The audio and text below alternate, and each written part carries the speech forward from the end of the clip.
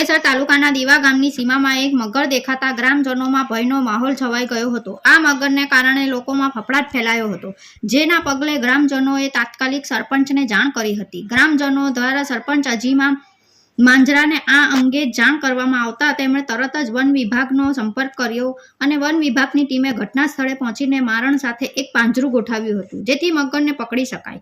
ગોઠવેલા પાંજરામાં મગર ફસાઈ ગયો હતો। મગર પકડાયાના સમાચાર મળતા જ તેને જોવા માટે મોટી સંખ્યામાં લોકો ઉમટી પડ્યા હતા।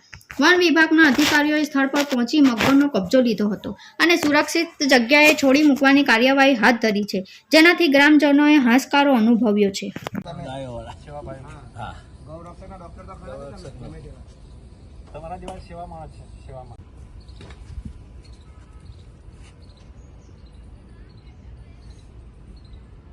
सबको चेहरा देखना चाहिए। हाँ दिखेगा।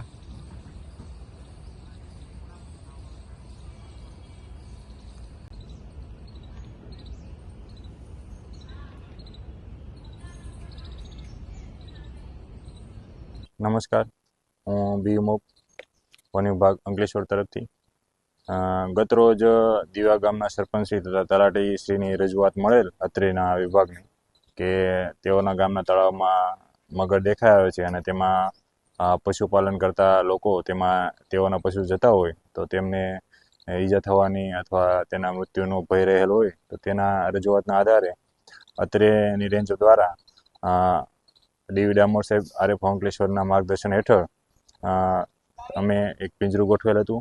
તો તે પિંજરામાં આજે વહેલી સવારે એક સબ એડલ્ટ ટાઈપ પ્રકારનું જે બચ્ચાથી થોડી ઉપરની ઉંમરનું અંદાજે 3 વર્ષ જેટલી ઉંમરનું અને 39 કિલો જેટલું વજનનું એક નર મગરનું બચ્ચું એ પિંજરે પુરાયેલ છે અને તેમના તબીબી ચકાસણી સહિતની કાર્યવાહી હાથ ધરેલ છે।